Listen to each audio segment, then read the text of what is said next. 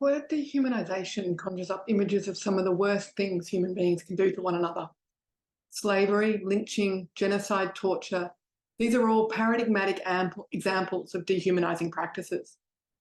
It's important to recognise, though, that dehumanisation doesn't always take such overtly brutalising forms.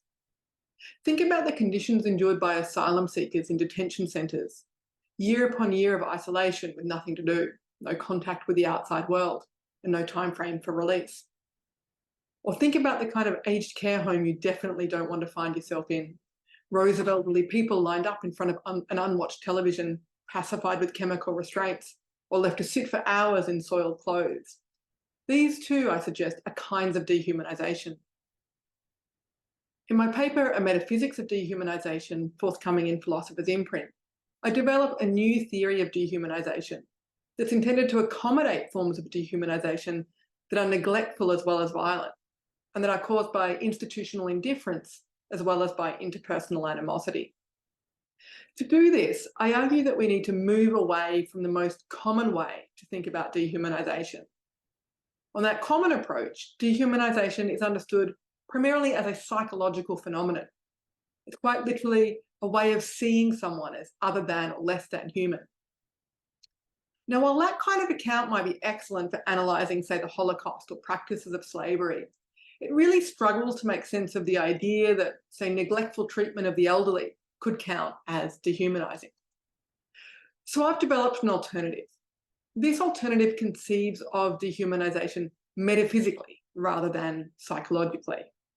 When someone's dehumanised, I argue they are quite literally excommunicated from humanity. Now that might seem a bit far-fetched.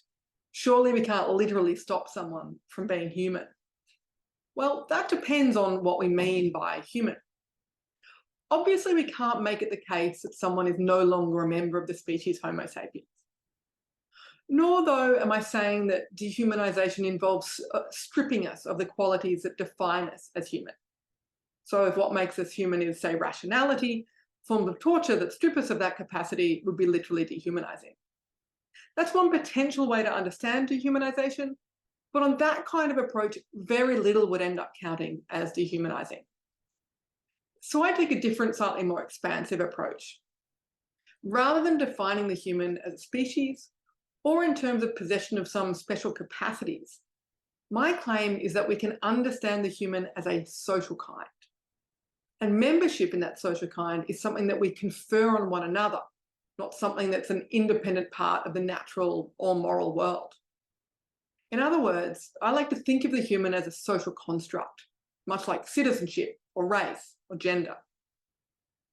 Understanding the human as a social construct gives us a new, and I argue fruitful, way to think about what dehumanisation is, what forms it can take, and why it matters.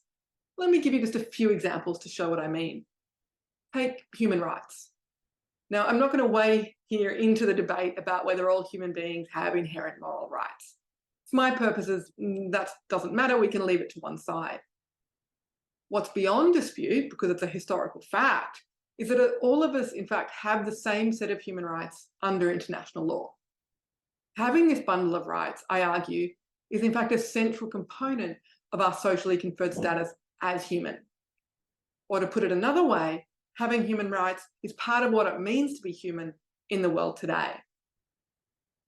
If I'm right about that, though, it gives an additional meaning to systematic rights violations. Let's return to the plight of asylum seekers. Not only does your treatment of asylum seekers do deep harm to those individuals' interests and well-being, I argue that they're also communicative, especially because these violations are by and large ignored by the international community. They signal that these people don't really have those rights. And if we accept the claim that to be human is to have human rights, that kind of treatment therefore communicates that these people aren't really human. Now, being human isn't just about having human rights, of course. Part of how we hold each other in a common humanity, I argue, is through norms of treatment. Now, these can be a bit hard to identify because they form the unexamined background of our lives. They're the water in which we swim. But they come into clearer view when they're flouted. So think about the kinds of treatment to which we'd protest, that's not how you treat a human being. This is where I think treatment of the elderly comes in. Leaving someone in soiled bedclothes for hours, or in some cases days at a time, is simply not how we treat fellow human beings. When we do treat people in these ways, and especially when we create institutions that will predictably make a habit of treating people in such ways, what we're doing, I argue, is effectively excommunicating those people from the human community. The final example I want to give concerns the kinds of thicker identities that are recognised as ways of being human. To put it another way, when we think of the human as a social construct, we need to attend to the various ways in which we imagine the human, and we need to pay particular attention to gaps in that imagining. That's a bit abstract, so let me make it more concrete. Think about the most common question that's still asked when someone announces that they're going to have a baby: boy or girl?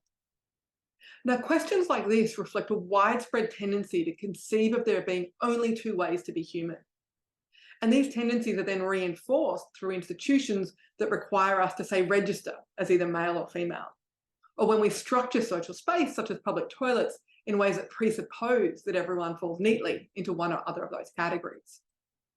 Mutually reinforcing practices such as these not only render intersex and non-binary or gender non-conforming people invisible, I argue that they effectively leave them outside the imagined boundaries of the human. So they're another kind of dehumanization. Now, none of the examples I've canvassed, the systematic violation of human rights, the failure to treat in accordance with basic norms, and the failure to include in how we imagine ways of being human, none of these require violators to see those who are dehumanized as less than human. In fact, many of them don't require individual violators who see their targets at all. This is part of the reason I think it's more fruitful to understand being human in terms of membership in a socially constructed kind, and correspondingly to understand dehumanization in terms of practices that, whether deliberately or inadvertently, work to exclude some people from membership in that kind.